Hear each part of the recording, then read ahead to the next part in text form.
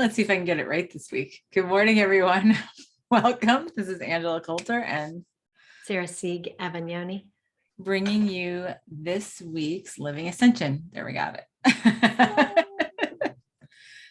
So this week it's funny because it's a little bit of a different topic. We've talked about it off and on, but something that I've been going through really sort of pushed this to the forefront for me. And we were talking about it last week, and it's something that's come up often in the past several months, because we've been looking at presence more, and being observant to our present moment.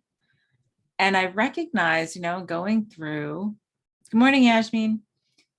I recognize in going through, so, I do Shaolin Kung Fu. I had a pre-test on Saturday for a 3rd degree black belt. And there's a lot of material. There's a lot of material for all this stuff. And then there's work, and then there's other stuff. And then an upcoming, scuba diving vacation where I'm taking classes with that. And it was like, without letting myself get overwhelmed, how do I do it all? Right. And it was, well, then first of all, chunk your time out. And second of all, be present in that time when you chunk the time out to say, all right, I'm going to practice, I'm going to do this. And then when you let it go, when you move on to something else, let it go and stay present with the other thing, and just trust and know I can retain all this. I can retain all of it without having to repeat it over and over and over and over and over in my head 3 million times to distraction, and know and trust that I'm, that open channel, that I retain everything that I need to remember completely, accurately, as long as I stay present. And it was such a different experience than what I've done in the past. And the funniest thing was the ego's reaction to that. Right. Because the ego is like, but maybe we should just go over this in our head one more time. Or, what if we forget? What if, think about it. I need these insecurities to make me feel better. Yeah. Because it's going to drive a behavior that I'm accustomed to. And to assure myself with, right? Because I don't believe that I can do that unless I practice. And then repeat it in my head 5,000 times. What do we say? How do we memorize things? Oh, just repeat it, right? Right. Well, there are people who have that, what we call photographic memory, right? Where they can look at something and then they can just recall it. Well, how can we believe that some people can do that and some people can't? What if they just believe they can do it and it just happens for them and they accept that as a natural way of being? What if we all did that? Yep. How I allowed this to play out for me this weekend was, aside from, to anchor in that presence in what I was doing, was to ask myself, what would my future self want me to get out of this moment right here, right now? And that really changes my focus to simply surviving the moment, to actually reaping something from it, to actually gain that either lesson or quality or whatever the reason why I'm experiencing that, the reason why I've chosen that set of circumstances. And it really shifted my focus to being, I just got to get this done, checking the box, to now I'm here to get something. What's here for me right now? Right. That's a great way of looking at it. Absolutely. That really changed kind of the tone of the weekend, because I didn't feel, I felt living in the presence instead of, the haunting of the past and the daunting of the future. Right. Totally. And, I was looking at all that on, if my husband and I were talking about it on our walk this morning, if we actually, here's the funny thing. We talk about presence all the time in the spiritual concept, right? We talk about presence in observation. You have Eckhart Tolle, who's made an entire career out of the power of now and presence and stuff like that. And we talk about it. But when it comes to the actual truly allowing ourselves that saturation, of presence in this moment, we have no social constructs, very, very few, almost no social or cultural constructs that support living that way in the least. Right. Right. Well, and I know back when I was in corporate and a software engineer, you were rated on how well you multitask. You Right. were rated on how many things you could do simultaneously. Mhm. And that was, you couldn't move to the next level until you achieved a certain level of rating in that area. And it's like, I carried that over into, raising children and managing, all that I managed. And it was just like, I felt I did none of it well. I stumbled through it and was overwhelmed through it. And I felt that to a certain degree, it's like they always say, overwhelmed children have overwhelmed parents, because that's all they see. Right. That's all that is mirrored for them. And it really takes stepping out of it and saying, I'm not participating in that anymore. Right. Right. And staying on yourself to not participate in that, because it is such a deeply embedded habit, right? Well, and all the tools that we've talked about before, about if it does pop up, don't beat yourself up about it, because that just makes it worse. Right. Makes it worse. And then ask the question, okay, what did I feel that was here for? It's like the conversation we have with, that with the emotion that we're experiencing. What do you have to say to me? Mhm. What's here for me in this moment? So that Yes. you can finish, you can reach, what is it? Oh, what's the word? Man, I'm tired today. Closure with whatever it is in that moment. So you don't have to continually have it start spiraling back around to you. Mhm. Yeah. Yes. And it's funny because in doing that practice, and it wasn't just, actually, it was like probably the last couple of weeks, but it got really, I was really, really on myself to do it last week. What I started doing was, if I was in that, say, this time period where I'm like, okay, I'm doing this now, right? And this is what I'm focused on now. And something else came up. I would ask, is it for me to look at this right now? Right? Guidance, right? Guidance, right? And most of the time it was no, just to know. Then I would just write it down on a piece of paper, write it down in a notebook. Right. And or I started putting it on my calendar on my phone for another time when I was not focused on what I was focusing on, so that then it would come back to me so I wouldn't forget. Like, what an easy little exercise to do that with. We have all this technology, we might as well use it. Right. And what a way to take care of yourself and respect yourself. Mhm. That's what, you've made the choice to focus in this area, and you've allowed yourself that. You've respected yourself enough to stick to it and Mhm. say, yes, this is what I'm going to do. And so that I am respectful for others and respectful to myself, I'm just going to make a note of this, or I'm just going to set this aside, or I'm going to put it on the shelf. But I'm going to make sure that I remember in Yeah. a way that isn't mind remembering, Yes. to where it's constantly being, don't forget this, don't forget Right, this, right, because that recalling. really distracts from your presence. It does. It really does. And it's funny because I look back and I feel like I've had pieces of that over the years, right? But it's really starting to set in, with all of what we've been doing in terms of presence and noticing and observing in the past several months. But I look back and, like, even back when I was in corporate years ago, and it was funny because I had my last corporate job, I had this boss who was, like, basically was one of those people who had no life, no family, no whatever. All they Right. had was their job. And so they expected everybody around them to do that. And so I wasn't that way. Right. So, like, she would get really frustrated with me because she wanted to call me as a director of the department of, my department. she'd call me like at 8 o'clock at night and think I'd, want to answer the phone or, whatever. And if she couldn't get me on my cell phone, I remember having a pager and a cell phone. Remember that was pager time too, right? Pager Right. and a cell phone. And then if she couldn't get me on either, she would try my home number.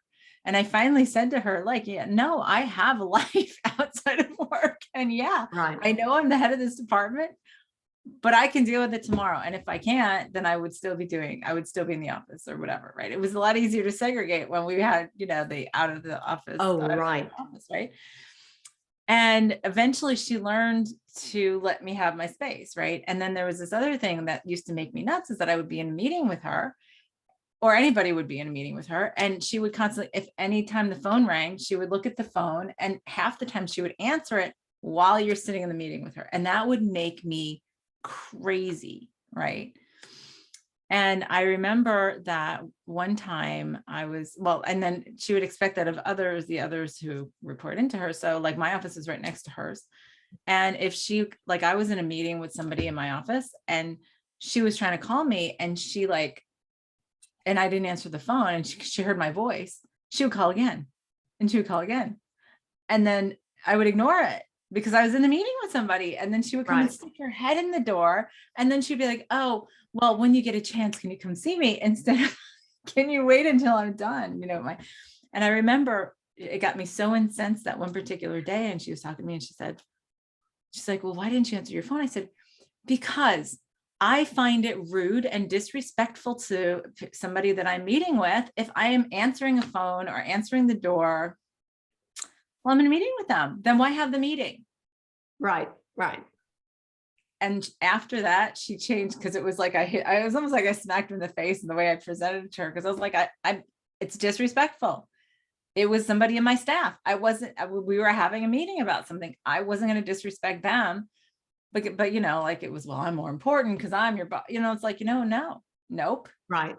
Right. The most important person is the person who I'm sitting here meeting with right now. And Right. that's that Well, and presence. yeah, and that reminds me of that phrase, teach people how to treat you by the way you treat yourself. So if you hold yourself to a certain standard and you make that presence a priority, others are going to fall in line. Others are going to see and go, oh no, we can't do that. They're doing this, or and they'll be respectful. And there may be that period of friction, and there may be those individuals that never get there. Right. But that's a point of reassessment of that relationship. Right. And so today's version of that, because that was, 16 years ago, today's version of that is, do you put your phone away when you're having a conversation with people, or are you constantly looking at your phone? Or simply put it on do not disturb. I know that I'm all Mac, and they have a function now to where you can set all your devices to where, like, if you're busy, it will notify people they're busy. Right. And you can decide whether to announce that or not. But there's also, like someone has their notifications silenced, it'll be delivered quietly, which I think is awesome. So it still gets there. You can say, okay, I've done that, but they'll get to it when they get to it. Mm-hmm. Right. But so the thing is, culturally, think about that. We've come to this place of, how many people I know who get upset if they text you and you haven't texted them back within 10 minutes of them, texting you. Then it's like, well, then they call you, and it's like, what's that? It's like, I was doing something, or I was being something, I was being somewhere. And, that's a precedent to set. And this is what I'm saying, is that culturally, we're on the other end of the spectrum, or we have been on the other end of the spectrum with all this, because it's a constant thing of, oh, I have this thing pop up on my computer. I have a pop up on my watch. I have a pop up on my phone. So I'm going to look away. I'm going to be distracted for a minute. And then I'm not present with who I'm with what I'm doing. Right. It takes me out of what I'm here to get in this present moment. Right. Right. Right. And we never ask, is it for me to take this? Is it for me? And it's just so habitual for us, because we have come to such an externalization of our importance, right? That it's Oh, like, right. well, I'm only important by how people need me, right? So when people Right. need me, which means they're texting me or emailing me or calling me or whatever, then I can't be present with who I'm with, because I have to show everybody show everyone, AKA myself, how important I am, because that's what makes me feel like I'm worthwhile at the end of the day. Right. Right. And that's what we don't want to look at. We talk about all these other things so much. And then it's like, well, how many things have you read today? How many emails did you go through your email? Did you get my email? Did you see this on Facebook? Did you see, I mean, then add social media in that. Did you see this? Did you see that? Wow. We do everything but learn Right. how to be present in our lives. Well, and it's that constant bombardment. And it's interesting because so many people have that goal in their expanded consciousness of that connection with others that's just automatic, instantaneous, know what they're thinking, be able to communicate that way. Well, this is like the warm up to that, Mhm. is having that constant contact. And even when we achieve that expanded consciousness of being able to know what someone else is thinking, I can't imagine being able to turn it on and turn it off would not be helpful in that. Otherwise, you're going to hear what everyone is saying everywhere all the time, and there's no discernment. Right. Right. So this is simply practice for that. Yeah, I never looked at it that way, but yeah, because I mean, when I first had what I call my grand awakening, and that's sort of what was going on, is I could hear all these things at once, and it would make me sort of crazy, it made me feel like I was crazy. And the first thing I learned how to do is how to discern, how to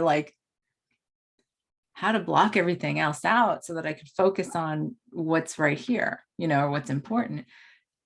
Because we do start to open up to that the more we do this. And that's how we do energy work. That's how we do what we call energy work, but it's really what many want to call empathic work and things like that, is when we sit in space with somebody in such presence that we allow our the release of our separation, right? Right. Then there is no such thing as telepathy, because you are simply of the same consciousness. Right. Right. And that's what I try to explain to people, is telepathy isn't something we learn. It's something we remember. It's something we remember by letting go of the doing and really just embrace the being. It's another thing of, oh, am I supposed to talk to this person today? Should I talk to them? Should I call them, every day? Should I call them every week? Like, what's it supposed to be, and this and that, versus how about we are simply connected. And when we're called to speak to each other or be in the same presence together, then we are.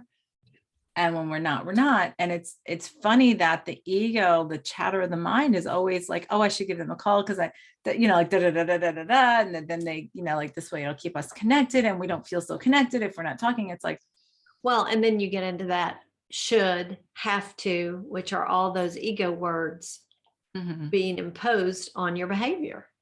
And you lose the enjoyment of just being in that moment. Right. And just being connected with that individual. And that's when listening really happens. Right. Well, that's when seamless telepathy, seamless connection. You don't have to talk to each other. You can simply know, right? And that is something that we are way out of practice on. Right. I love retreats. Why do I love doing retreats? Because we have the opportunity to spend some time in a space without having to do all the stuff in life every day, so that we can simply be in the same space together. Right. Well, and it takes you out of that normal have to mindset. Yeah. So, the first steps are, like, and that's why this is really, really, really, really, really, really why we talk about the going inside and quieting the mind. Number one priority is looking inside and quieting all that chatter and seeing what's really there. Right. And because even in the beginning, if because I know there are times where my mind is chattier than other times, and that's when I haven't practiced this enough to clear out that, I think about, you got to clear your history. You got to, yes, in your browser, and it's like you've got to go and you've got to say, okay, what do you have to say to me? What's here for me, and what is not here for me, and let me come to some kind of resolution with this so that I can then, you know, purge it from my files and allow what is here for me instead of just something that might be here for me. right, right. And And so as you missing it. right, and so as you continue to do that, the chatter gets less and less because you've dealt with your browser history and don't have to deal with all these Yes. cookies popping up. Yes. Yes. And I did that in playing with this whole thing and preparing for that exam, that test. And it was like, well, even Saturday morning beforehand, when the mind started going, okay, are you sure? Like the ego, are you sure? Blah, blah, blah, blah, blah. And then I went and sat in meditation for a bit. And I was like, it's just me here right now. And I feel so much better in doing that. Right now, yes. I still have some practice to do with that, like getting nervous at the moment. Right. Oh, I'm sure. But that's also then with the mind's taking you out of the moment by saying, oh, what if this and what if that and what if this, and then you start listening to that. But I was far more aware of it this time than I've ever been before, and it was actually well, and you were very also surrounded by people that you probably weren't normally around when you were doing your practice, to where you were feeling their stuff. anxiety and their angst and their jitters and nervousness and lack of presence. Yeah, right. So it's a lot of practice. And so it's something I use that as an example because it's an easy one to pull out as a special circumstance, but really we have things like that in every day. Right. And I think part of why people talk about, how do I be more telepathic, right? How do I be more connected? And then I get the sort of the internal rolling of the eyes when I say the first step is meditating in a way that you quiet all that chatter. Because if you don't ever quiet the chatter, then you're never gonna have that expanded awareness in a way that is going to be accurate and clear and concise for you, because you're always going to have interference that's going on. Okay. So yeah. And we have that in every moment and every day of our lives because we are addicted to that chatter. Right. Right. And so everybody's like, oh yeah, whatever. Meditation. It's like, no, but meditation is getting into the habit of quieting the chatter to just be present. So the first step in doing all of this kind of work is getting to that presence kind of meditation of not doing anything, that present, like literally I tell people some of the easiest things, one of the easiest meditations to do when you need to calm yourself down, to get yourself present, to get yourself out of like worry and whatever, is simply close your eyes, breathe in for like a count of 8, hold it for a count of 8, let it out for a count of 8, and then hold it for a count of 8, and just keep on going. I sort of see a square in my head. It's like up the side, across the top, down, and then across. And do that for like 5 minutes. It actually activates your parasympathetic nervous system, right? Which then calms everything down. And that's all you have to do. That's a meditation in itself. Right. And that is coming back to the breath. Yes. Which is right here, right now. Right. What am I right here? Nothing but this count of 8, whether it's breathing in, breathing out, or holding. Yep. That's what it gives the mind, the ego, something to do, right? Because like I'll just count. And then you're just and while it's counting, it can't do anything else. So that's like the most simple, basic place to start. And yet most of us in our day-to-day lives don't ever really do that. Right. But I promise you, when you do that for like 5 minutes, and then every time a thought starts coming, you're like, nope, I'm just counting right now. I'm just breathing right now. I'm paying attention and paying attention to the feeling of the breath going in, the breath being held, the breath coming out, right? That brings you completely present in your body, present in the moment. And then when you start working from there on a more frequent basis, then you actually do get clearer. You get more efficient and you are able to actually manage a whole lot more. But also then you start being able to make a lot more connections that you wouldn't have otherwise seen, because it goes Right. back to what you and I've been talking about for the past, year and a half now, about not just driving through the neighborhood. Right. Right. Well, and I remember in our mindfulness class that we were taking, I had never looked at things this way, but the more you focus on the chatter, the more you nourish it. Mm-hmm. And the more you nourish that pattern. And once I realized that, and that dawned on me, it was like, but that's the total opposite of what I really want. Right. And so let me spend more time in that focus time and that presence, because that's what needs the nourishment. Mm-hmm. Well, and then when you do that, every moment becomes more saturated. Every experience becomes more saturated. You get everything out of that experience, like you were saying before, asking yourself, well, what is this moment bringing me? Like, in saturating Right. myself in this moment. Right. What You will know? my future self see this moment as? Yes. And so you then so here's the other thing. You do become far more efficient with your completion of the things that you set out to do, because then you don't have to repeat it 20 times, because you only got 20% of it this time, because you were only 20% present. Well, and you don't have to go back and catch yourself up. Now, where was I with this? Uh-huh. Because I was half paying attention, and you end up accomplishing more, quicker, and better. Yes. Yes. And that's all you need. That's all we start to, and then when you start doing that, guess what starts falling into place? Right. Your guidance becomes much clearer, right? Your internal navigation becomes much clearer, because you are now getting into the habit of taking out all that chatter and really listening to what's at the core, right? Right. Right. That gets clearer. As that gets clearer, you trust more, because you know that it's more accurate, and you're not like, see, we always default back into our 7 essences, right? I know.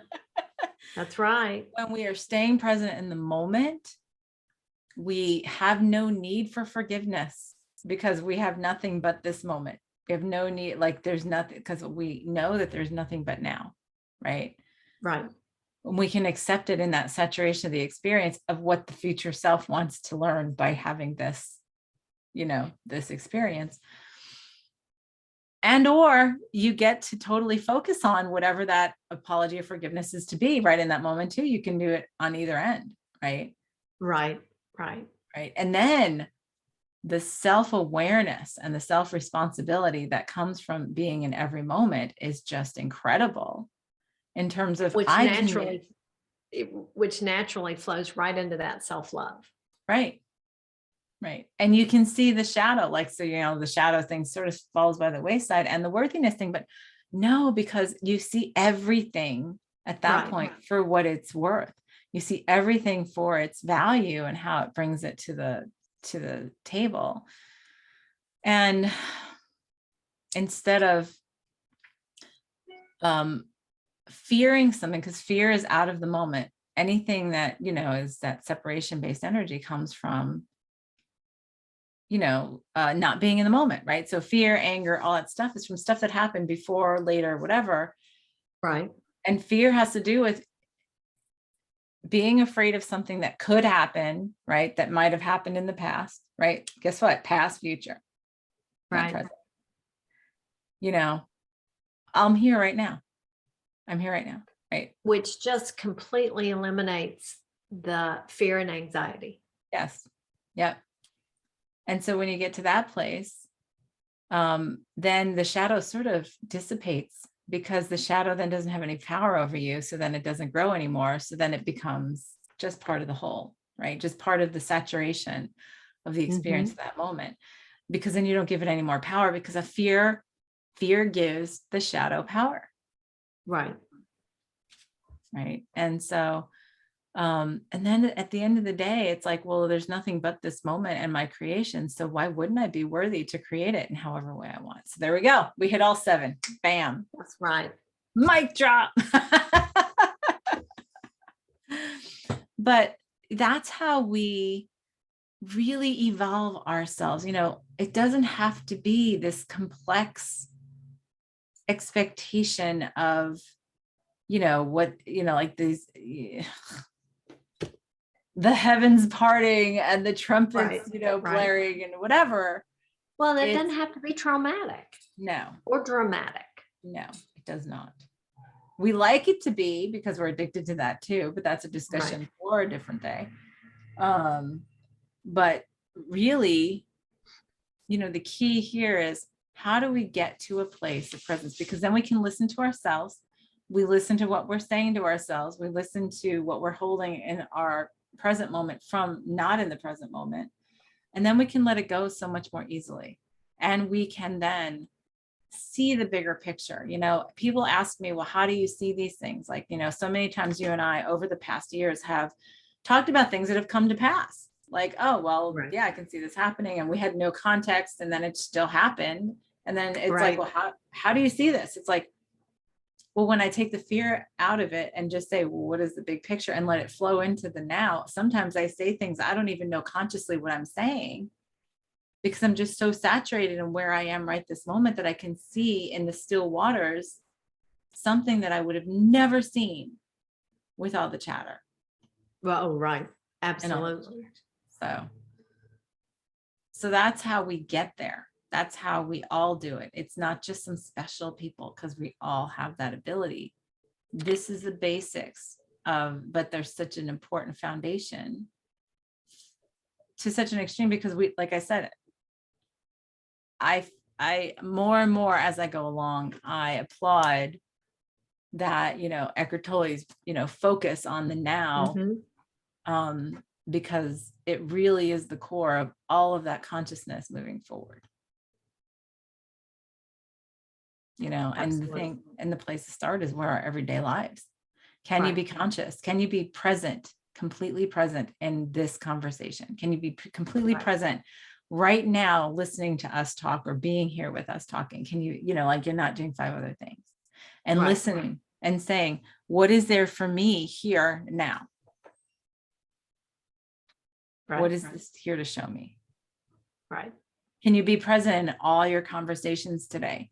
Can you like say, okay, if I'm going to have this conversation, I'm going to not be, you know, doing 4 other things while I'm having the conversation. Mm-hmm. I'm not going to be checking my texts or my voicemails or my emails or whatever. I'm not going to be surfing the internet while I'm on the phone with somebody. I'm just going to be here and now. Right. It brings you to a whole new place of listening. Yes. And just listening from here. Right. Versus just what's going on around here. Right. So I think today, yeah, our intention that supports that is simply allowing ourselves that presence, right? Allowing ourselves the quietude and the now and the remembrance of this moment is saturated and full and complete in itself. And to remember how to do that, how to be there, how to just be there in every moment and see how we can change our habits, baby steps, right? Without judgment, on how to do that, how to be that, how to do it one day at a time, one moment at a time, and to just commit to ourselves to be aware of that in every moment, in everything we do. And all along with no self-harm, all with acceptance, gratitude. No judgment on yourself if you slip up, because these are deeply, deeply ingrained habits. These are like foundational habits that we have, right? That we're taught from like day one. Right. So to start unraveling that, you know, give yourself that freedom, that allowance. Try it out today, or just say, I'm going to try for an hour today. Right. Baby steps. Yeah. Absolutely. or a half hour. Just say, and I'm Or going to one do it. activity. Right. One activity like, my favorite is, the dishes, or be present while you eat. That's an incredible experience. Yes, absolutely. Yep. So, Okay. all right. All that tied up in a nice little bow as usual. So everyone, get comfortable, take a deep breath, close your eyes, open your heart as we step out of separation back into wholeness and oneness. And we hold ourselves at the vibration where that is our truth. That is from where we exist, create, and experience.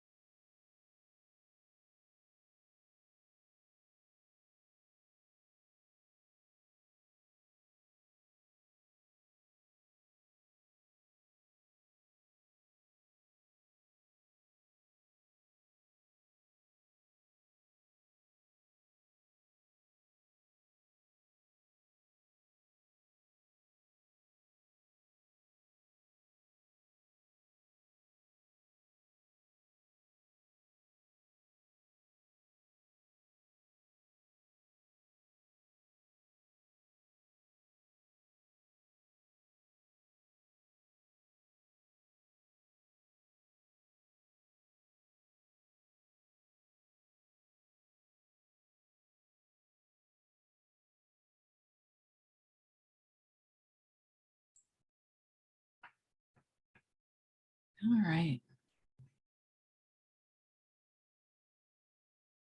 That was really nice. It was so calm, and I don't know. I'm tired today. We had storms last night, but it's like rejuvenating. I don't know. It was really like calm the waters. Yes, because I saw all these different things that all became the same thing, right? But then they were different colors, and then they all became the same color, and then it all just became me. And then I could just feel it all, like it just was yummy. It just came all together and it felt so complete, like, and being able to see and feel everything all consolidated. So I was like, oh, I didn't really even think of it that way, but cool, and then it felt Right. peaceful and easy, like a breath. And I was like, I don't know. I was like, how long have we been out here? Because I have no idea. It felt so Right. Oh, good. no idea. But I always get that feel when I know when I'm going out really deep, I get this pull like that comes from the center of me. And it's like, oh yeah, no, I could sit here for like an hour easily. Oh, absolutely. Yeah.